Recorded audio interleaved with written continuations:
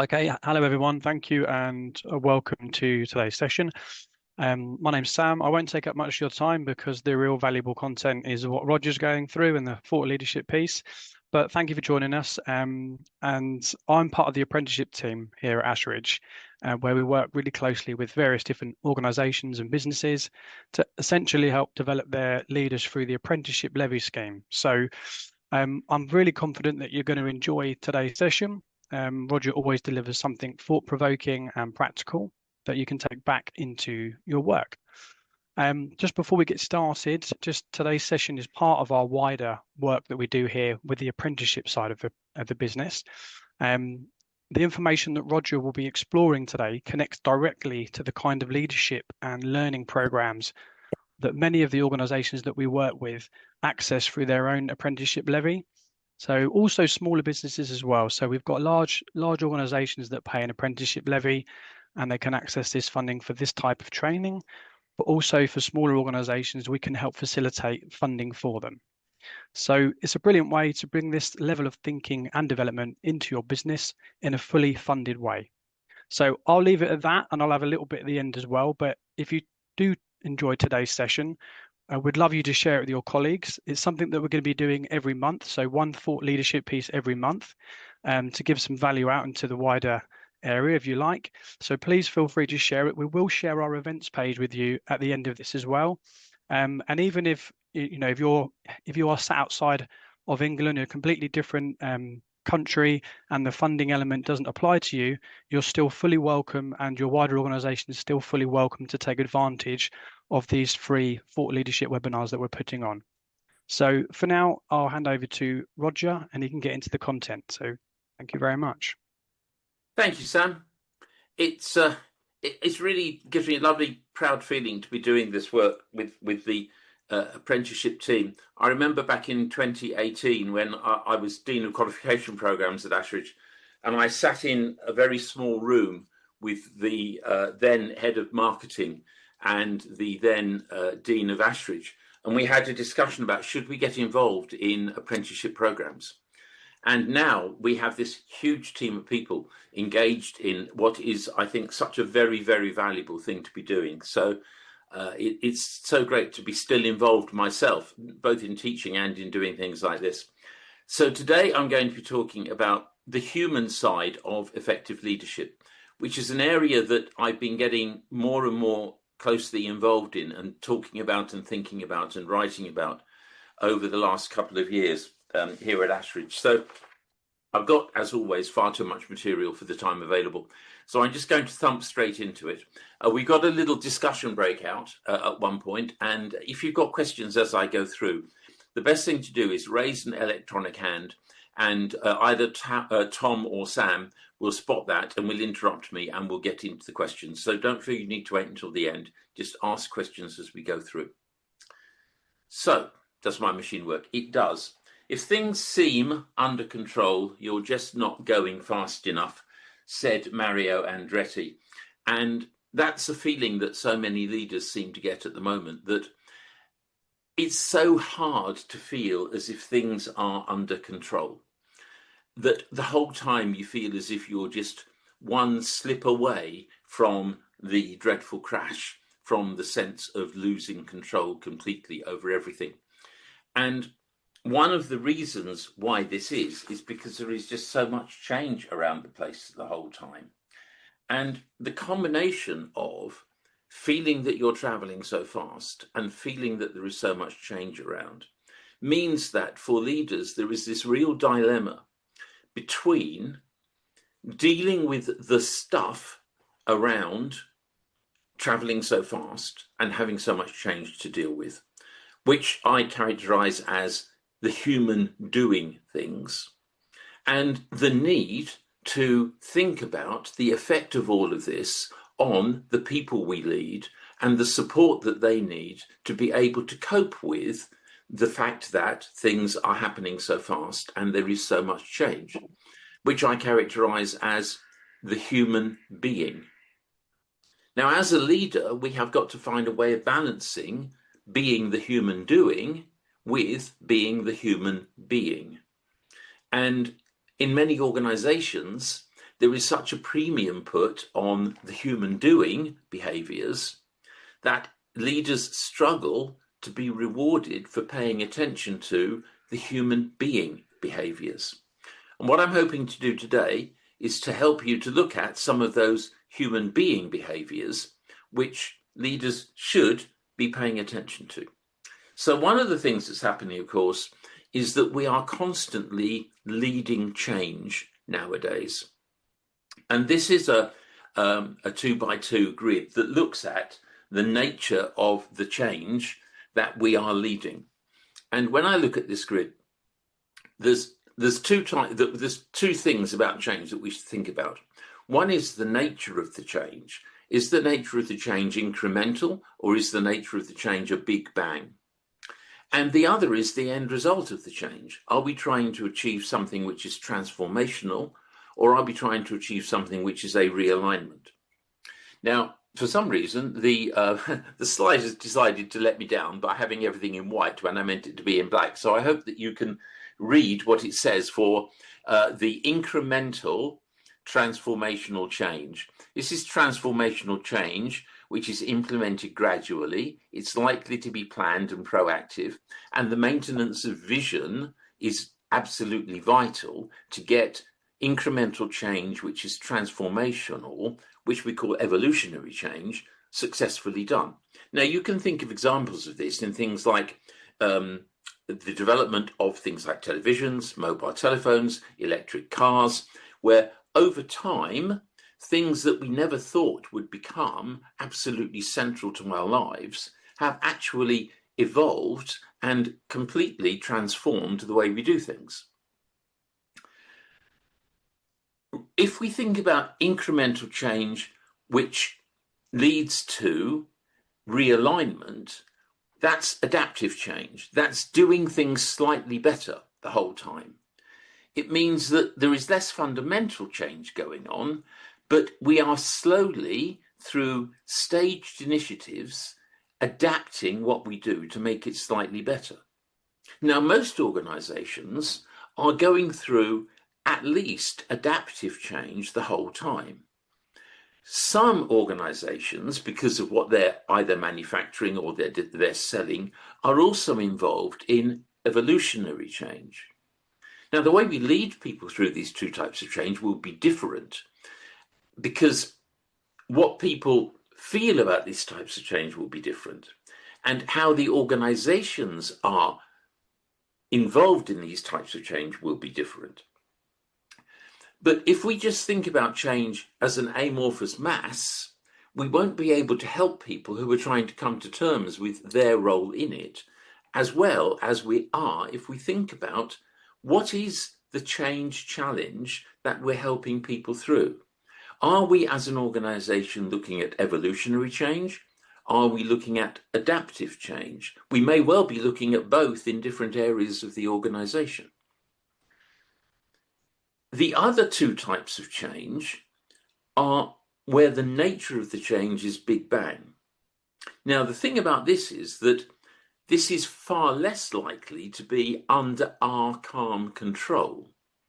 With evolutionary and adaptive change, we may very well be in control of it. But with big bang and with revolution and reconstruction, we are less likely to be in control of it, because the nature of the change is a big bang, and the end result of the change is either revolutionary or reconstruction. Now, clearly, the best example of revolutionary change, transformational change via simultaneous initiatives on many fronts, which is forced, reactive, dramatic, and demanding, was the pandemic. During the pandemic, there was big bang change, which was transformational.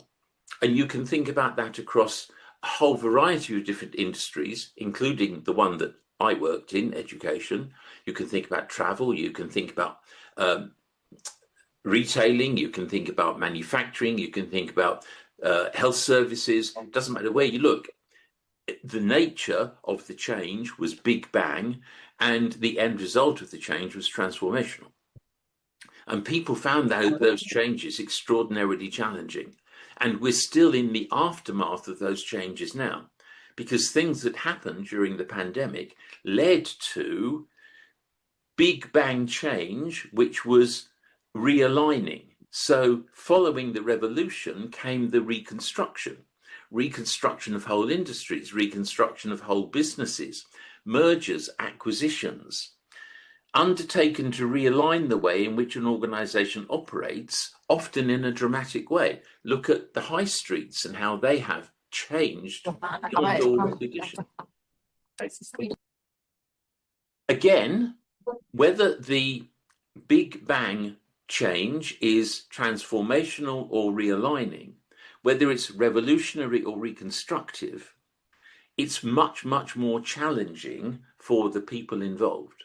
So one of the ways that we can support people through change is by being very clear as leaders, what kind of change is it that we are leading through? Because then we can think to ourselves, what are we asking of our people? Because we all have human responses to change. And when we think about the change that is happening, whatever the nature of that change is, we are typically as leaders asking of our people, are you bought into this change and what it involves? And are you moving towards the requirements that this change has? And that means that when we think about that, whoops, sorry, I went one too many. When we think about that, we can have people who are committed, who are compliant, who can't let go of the past and have a fear of stepping into the unknown. Now, when we're leading a team of people, we can find people who are committed to the change that we are trying to get them to make. They have bought into the future and they are moving towards that future. So they are committed and they're the people that we need to support and encourage. However, we will also have people who have bought into that future, so they are complying, but they're not actually moving towards it. And they're the people who we don't think we need to do any work with because they are appearing to comply, but they're not moving towards the future. They've only bought into it. They're not moving towards it. And they're compliant because they know better than to not be compliant, but they're not committed. And they're hard to recognize. And as a leader, we need to think to ourselves, what is the difference? What are the signals that I can see that tell me the difference between somebody who is committed and somebody who is merely compliant? Because then I need to go in and change that compliance, that acceptance. That means I have bought into it, but I'm not moving towards it. And I need to change that into genuine commitment. Now, people who have a fear of stepping into the unknown won't be committed for the change that you want them to make. So for them, it's not so much buying into the future that's the challenge. It's a fear of moving towards the future that's the challenge. So you know that what you need to do is help them to move towards that future. And it may be that they understand the need to change all of the systems, but they're afraid of moving towards that future because they're afraid of their own ability to cope with the changes. Or they don't see a role for themselves in that new organization. You may have other people who haven't bought into the future and who aren't moving towards it.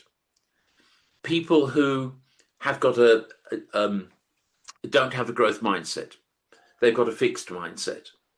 People who know how to do their jobs now and don't want to have to do a different sort of job. They don't want to have to learn new things. They don't want to have to be taught new skills. They don't want to have to master new technologies or new approaches. And I know this for myself. I do an awful lot of writing, and everybody says to me, "Oh, you must use AI extensively." I am absolutely terrified of AI. I understand it's the future, but I cannot move towards it. I am terrified of using it. And I know that that's a drawback for me, but luckily I've got to the age where I can just about get by and struggle over the finishing line and retire gracefully before I have to master it. Whereas my kids embrace it tremendously and laugh at me and show me how they can do wonderful things on it, including making feature films as far as I can make out, because they're absolutely bought into the future and they're moving towards it because they have the fearlessness of youth. I lost the fearlessness of youth about 50 years ago. So as leaders, what we have to do is think about what are the human responses to change that we see in our people. Because as leaders, we can't make that change work successfully if we don't respond to those human responses and help people get to where we need them to be, which is not only buying into the future, but also moving towards it. Now, one of the things that is a challenge for leaders is you have to invest time into this. You have to invest time into understanding how people feel, and then, if necessary, changing how people feel. But think about it this way. You are the only person who can do that. And it is a huge value add for you. So you're adding value, and it's value that only you can add. So it's a really good use of your time to help people into that top right-hand corner. Now, why do people struggle with change? It's because change makes people feel differently about themselves. When we think about change, if we find that change is intentional or purposeful, and we feel that we have had some agency in it, at least to some extent it's come from us and through us, then we feel like we're a co-creator or a missionary. We feel that this change is at least in part, from us. So if we decide to leave for a new job, if we decide to apply for an internal role, if we decide to embrace change, we feel like a co-creator or a missionary. Now think about how change works in organizations. In many organizations, when we look at what we need to change in the organization, the people who work in the organization have a very good sense of what can change or what could change and what should change. And if the organization asked us, this is where we need to get to, how do you think we could or should change? The feedback from within the organization could be really useful. And if that feedback is then built into the change initiatives that the organization embraces, the people in the organization would then feel that this purposeful, intentional change is at least partly generated by them, and they would feel ownership of it. And so they would feel like co-creators or missionaries. However, if they don't feel that it's come from them, if they feel that it is intentional, purposeful change, which is externally imposed on them by the organization, then they're going to feel like a pawn. They're going to feel as if they are just being moved around the board by the organization. They're a resource. They're a number. They don't feel they're being treated individually. I've been talking in so many organizations, or rather listening in so many organizations recently, where people in the organization have talked about their genuine distress as the organization has pivoted away from predominantly home working back into predominantly working in the office, following having been home working during and immediately after the pandemic. And people felt that that pivot back into working in the office was made without consultation, without thinking about how much of an upheaval this was going to be, and so on and so forth. and people felt like pawns. When organizations are reconstructing and people are being made redundant, people feel like pawns. When the change feels purposeless and it feels like it's externally imposed, like COVID, or like being displaced by acts of violence, acts of terrorism, acts of war, then what happens is people feel like a victim. Now, I felt this myself. During the pandemic, my passion in life was riding motorbikes. And during the pandemic, I more than trebled the amount of work I did as a national health blood runner. And I also went out on my motorbike occasionally for social rides. And one day when I was riding my motorbike, I had a brain hemorrhage, which is a bad thing to have on a motorbike. I had a dreadful crash and I injured myself very badly. And when I was recovering from this injury, I felt like a victim. I felt that this change, this externally imposed change of an accident which had nothing to do with anybody else, it was just me having a brain hemorrhage and crashing my bike, was utterly purposeless. And because I felt like a victim, I felt utterly without agency. And it was really, really, really difficult to incentivize myself to recover and to give a damn about anything because I felt so much like a victim. I talk to people who are long-term COVID sufferers who feel exactly the same thing, that this thing that they knew nothing about suddenly took away so much of what was valuable to them, and it felt so purposeless, it felt so random. If change feels purposeless and random, but is internally generated, i.e. we're doing it to ourselves, then we become a drifter. We are without aim, we are without purposeless, we are without agency. And if this happens to us at work, then we become very ineffective at work. So this might happen, for example, if somebody is going through a dreadfully difficult divorce or the breakup of a relationship or maybe the death of a loved one or something of that sort. This can happen to people at work. So again, how people feel about themselves is extraordinarily impactful on how they perform at work, and particularly how they perform within the change. If it's the change itself that is causing them to feel like a pawn or a victim or a drifter. If the change makes them feel like a co-creator or a missionary, then they're going to be avid and ardent supporters of that change.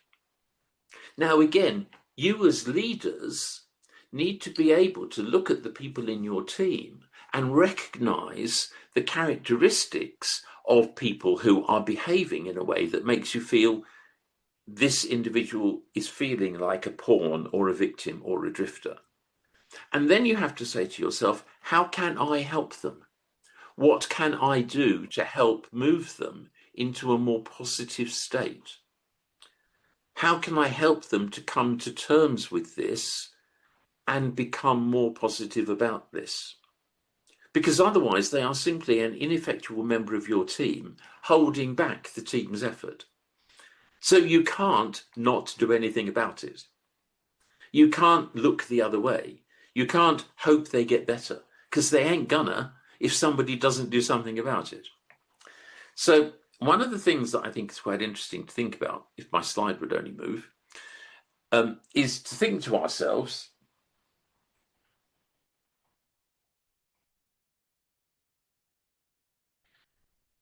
I'm going to put you into groups of 5 or 6 people. Tom's going to put you into groups. I want you to think in, just for 5 or 6 minutes, where do you think your people are and your teams are in these 2 areas?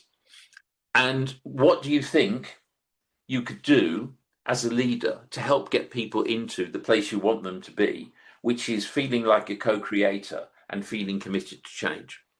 So you're going to be in quite small groups. Don't worry about introducing yourselves to each other. Just dive straight into having a conversation about this stuff. Okay?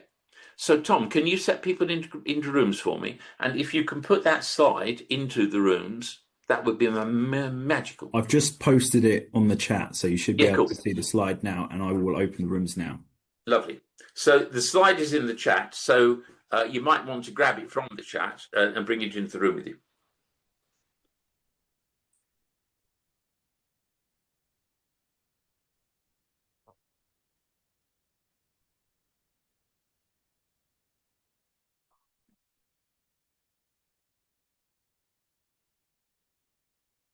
Back in here.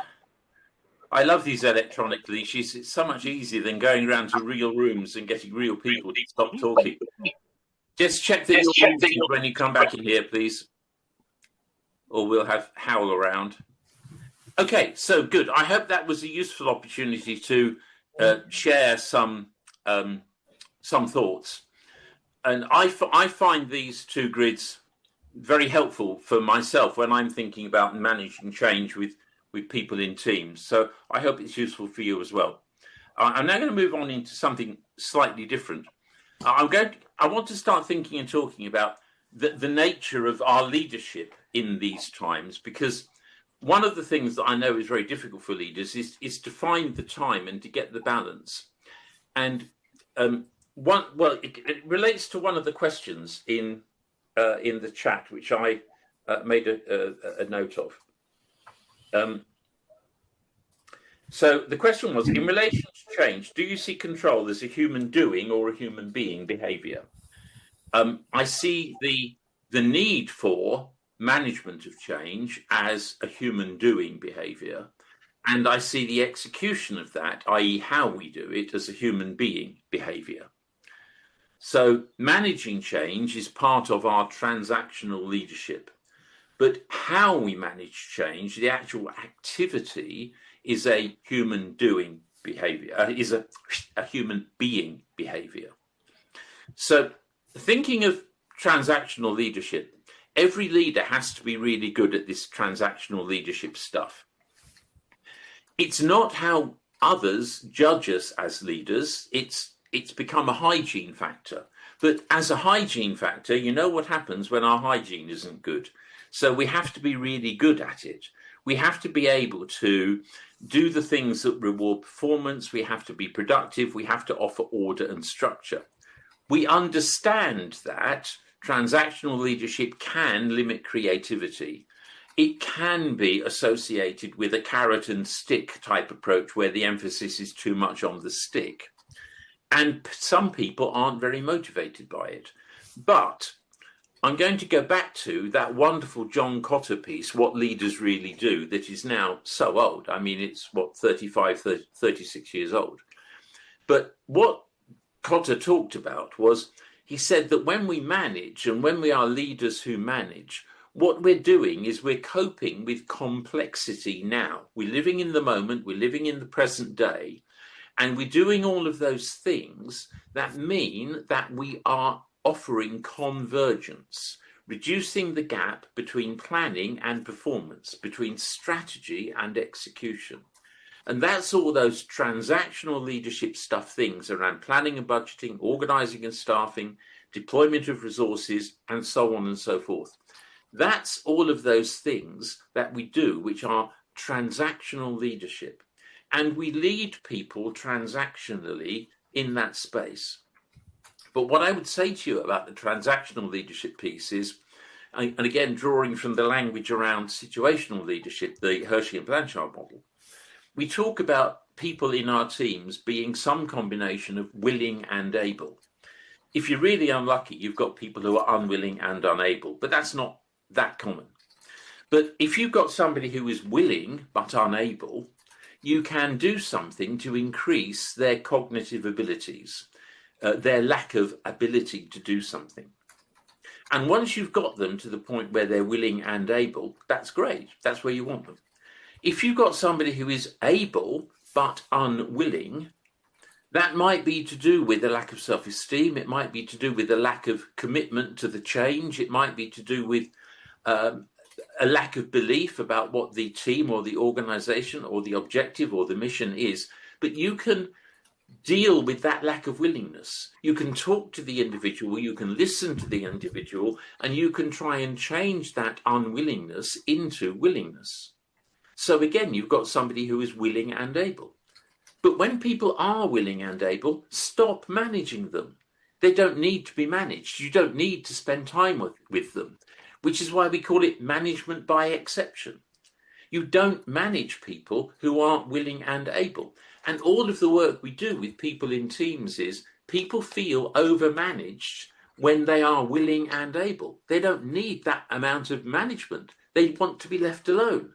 So don't overmanage them, and take that time that you save and invest that in the human being behaviors, the doing all of the things that inspire and motivate a team. And when we're talking about that, what we're talking about is not transactional leadership, but transformational leadership. Now, this is a horrible slide, but what it is, it's a slide created by Bernard Bass and Bruce Avolio when they did their research that said transactional leadership is contingent reward plus management by exception, which is what I've just been talking about for 2 minutes. And that leads to expected outcomes. If you do that well, you meet your goals and your targets and your objectives. What transformational leadership adds is something in addition to transactional leadership, not instead of it, which leads to performance beyond reasonable expectations. And what Bass and Avolio's work did, which led to a thing called the Multi-Factor Leadership Questionnaire, or MLQ, is they identified 4 competencies of transformational leadership, which they called idealized influence, inspirational motivation, intellectual stimulation, and individualized consideration. I'm going to talk about those briefly in a moment. Now, if we think about that in the context of what John Cotter says, what Cotter says is, we looked at his view about convergent leadership. He talks about divergent leadership as about opening up new spaces, harnessing challenge and change, learning how the organization needs to adapt, setting a new direction for the future, aligning people to that changed direction, motivating, developing, and inspiring people to move towards that future. So that divergent leadership is all about leading through change. So divergent leadership is really important in the context of transformational leadership that makes the difference beyond transactional leadership to help people cope with all of the change that's going on around us today. So what you've got is these different orientations between the transactional human doing, where you solve problems, you get short-term results, you maintain the status quo, you improve the existing culture, you delegate, you control, you plan, and you do all of those good things. And the human being, which is about all of these long-term view and vision, changing the status quo, developing new cultures. You draw your power from the quality of the relationships you have. You coach and you empower people. You listen to people. You are not the person who has all the answers, but you work with people to find answers together. And you are more hands-off. Now, another way of thinking about this, because I like a good iceberg, is to think about the iceberg simile and to say what leaders do is what we see above the surface. The human doing piece. The human being piece is below the surface.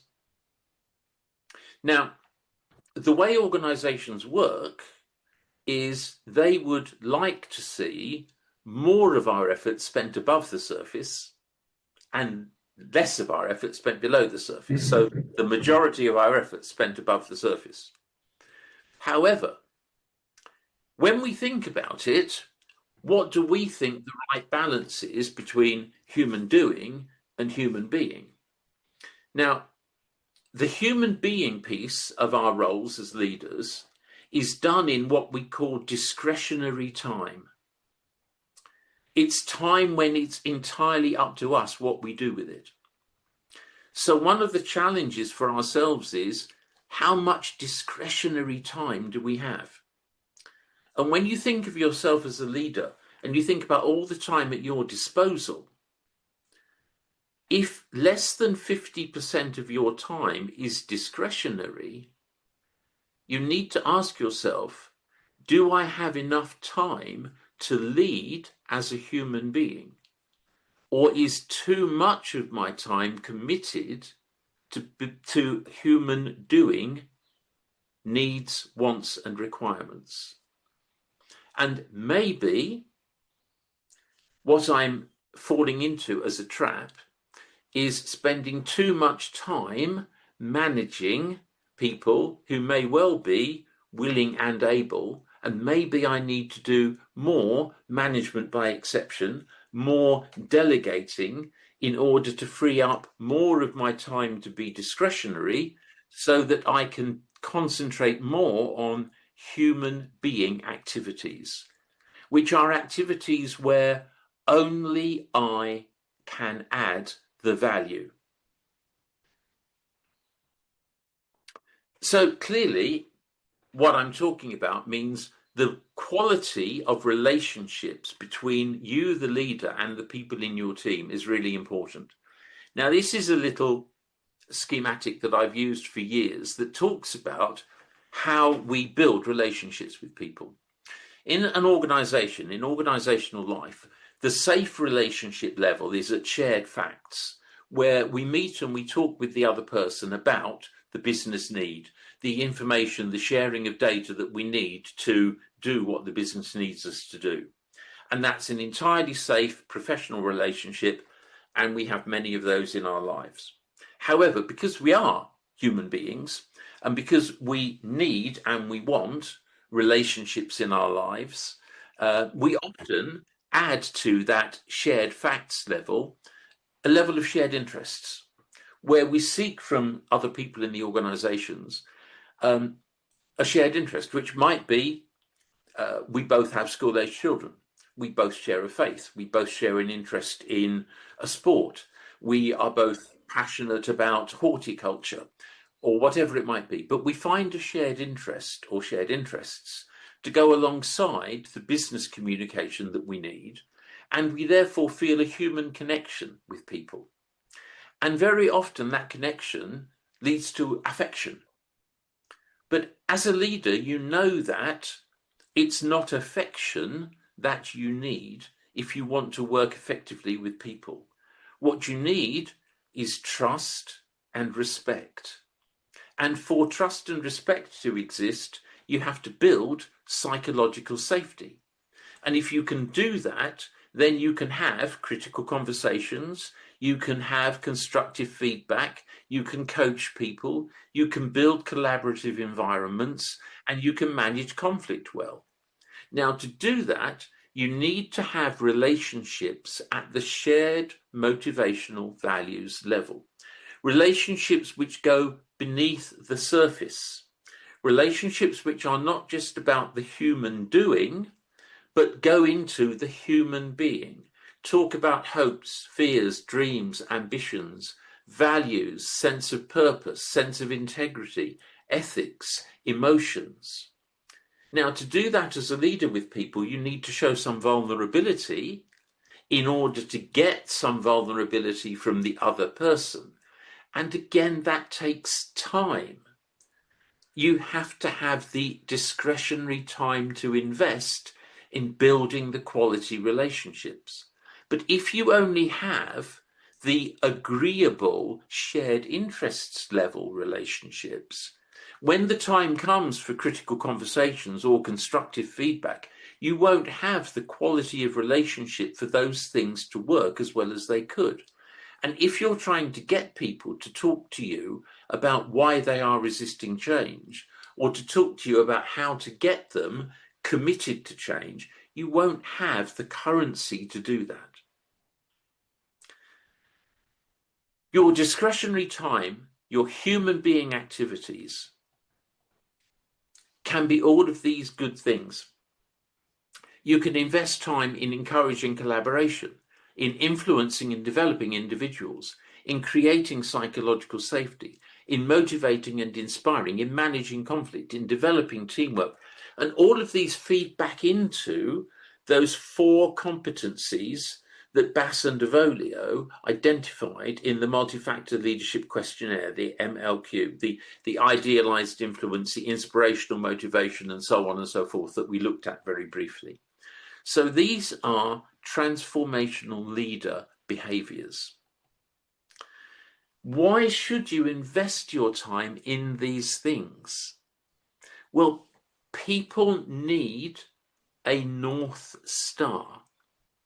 If you can be a role model with high ethical standards, if you can walk the walk and talk the talk, if you display high internal standards, high internal values, a sense of integrity, a sense of purpose, a sense of principle, a sense of conscientiousness, by which I mean a sense of being led by your conscience, as opposed to, we often use the word conscientious to mean diligent.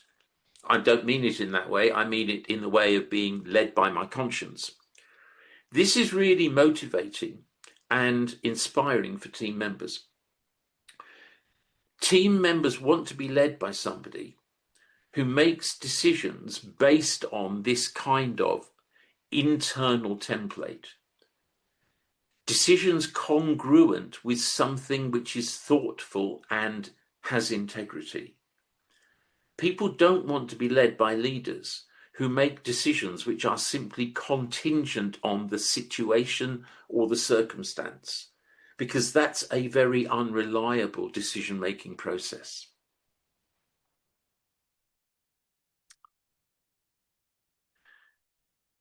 Finally, why do leaders invest time in these things I'm talking about? I turn to perhaps my favorite quote of all about leadership. Maya Angelou, the Black African activist from the time of the apartheid riots in America and Martin Luther King, she said, people will forget what you said, they'll forget what you did, but they'll never forget how you made them feel. If people who work for you feel great about you and about what you ask them to do and about how you ask them to do it, then they'll go that mythical extra mile for you. They'll put up with an environment in which they're confused or they're uncertain or they're downright frightened. But if the people who work for you are made to feel that they're unappreciated, that they're uncared for, that they're disliked, that they're marginalized, that they're unincluded, that they're isolated, that they're discriminated against, that they're misunderstood, that they're not listened to, well, whatever those same people say or do, nothing can or will compensate for how those people make us feel. So if you are a leader who cares, ask yourself, how do the human beings whom you lead feel about you? So I've gone through a lot of things there quickly in order to stimulate you to think about things, I hope, either to solidify thinking that you already have, or to think about things perhaps in a slightly different way. And I wanted to leave time at the end for questions, and I've got 5 minutes left, which is not as much as I wanted, but it's better than nothing.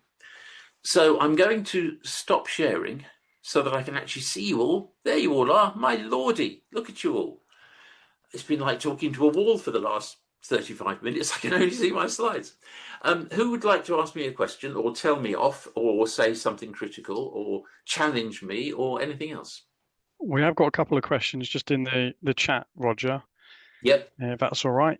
So it's Ali that put, does that balance change between being and doing at the different levels of management?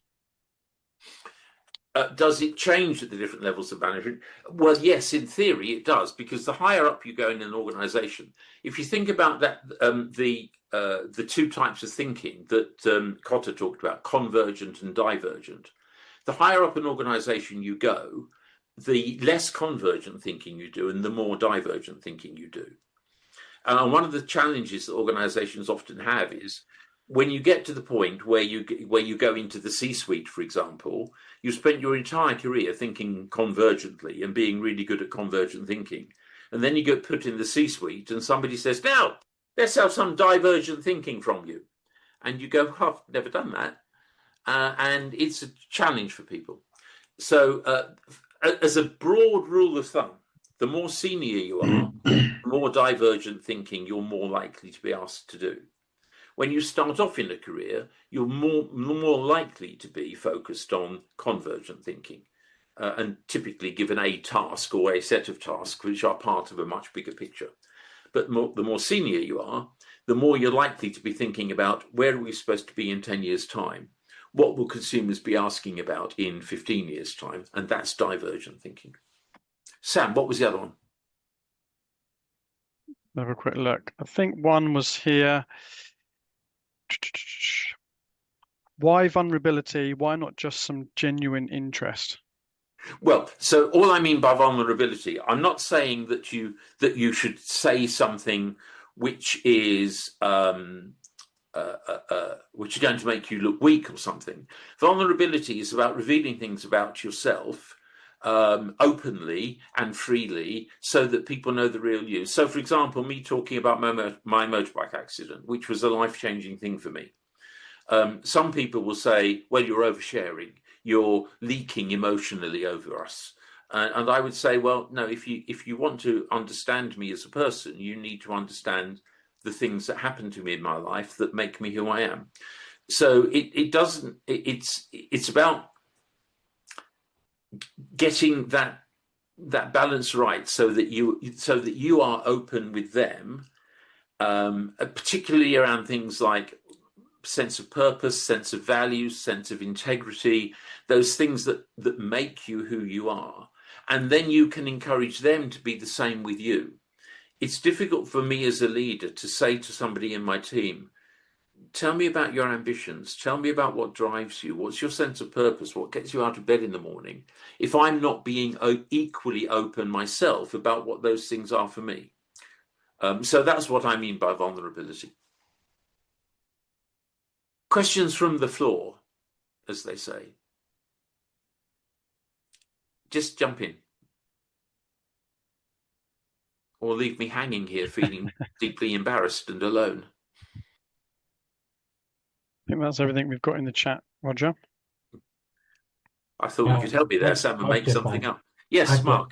I've just asked a question, Roger. First of all, I wanted to say thank you so much for an excellent presentation and the opportunity to discuss this with colleagues. I found that really useful. I've just popped a question into the Q&A. I don't know if you can see that. Well, I probably could, but it would involve me moving screens again. So just tell me what it is. My question is the link between human doing and human being seem to be the reflection of the leader or manager. So I wonder where you see reflection and reflexivity fitting into the roles you've described and the quality of leading change. So when I'm teaching this, and I have slightly more than an hour to do it, one of the things that I talk about with people is the importance of reflection. So for me, I talk about reflection in the context of self-awareness and emotional intelligence. And I say to leaders that it's very difficult to lead if you're not self-aware. And when we're self-aware, we reflect. And one of the things that we should reflect on, which is around the human being, is what is my best version of myself? And my aim as a leader should be to understand what that best version of myself is, which is done through reflection, and then to manage myself so that I bring that best version of myself to work far, far more frequently than most of us manage to do. So I reflect, and I reflect on my behaviors and on my activities, and I reflect in the context of the bar which my best version of myself sets. And I say to myself, how have I done against that bar of my best version of myself? And when I struggle to meet that bar, what is it that causes me to struggle to meet that bar? So, for example, is it that one particular person in my team really manages to get under my skin and causes me to get aggravated and lose my temper, or whatever it might be? So then reflecting on that and then thinking about what reflexes do I then need to manage when I'm in that person's presence helps me then to build a virtuous circle. And that was exactly what my follow-up point was, that part of your view on reflection, as Donald Shawn might have thought about it, also brings in reflexivity. How am I affecting the situation, whether I'm keeping it the same or actually moving people from the positive, I'm with you on this change, to actually I'm not so sure. And it's nothing to do with the change, it's to do with the leader who's engaging with me on that change journey. Yes, and one of the most helpful things that I find around that is the old Franklin Ernst model, I'm okay, you're okay. Thank you, yes. And thinking about the people in my team, if I'm really struggling with somebody, is it because they are not okay with themselves or they are not okay with me? And if I can work out with them which of those it is, hang on, just let me get rid of this. Where's my mouse gone? If I can work out which of those it is, then I can deal with it. I can think to myself, and I can work with the individual to say, you're not okay with yourself, or you're not okay with me. Let's work on that. Thank you. Okay. Thank you, Roger. Does that make Excellent. sense? Yes, it does. Thank you so much. Okay. Any more for any more? If this has been helpful, give me a thumbs up or some other kind of electronic sign. It sends me away happy. Not that I'm needy or anything like that. It's just a good idea for Roger. Yeah. I'm just thinking, self-reflection as always is very good. And I think of myself, I've always been, as a leader, I've been a doer. Yeah. Look at me. I need you to do this. This is what I'm doing. This is how I'm doing it. Yep. Come on, follow me. Yep. But I suppose what you were saying about getting that sort of getting over that hurdle of I'm all right, you're all right.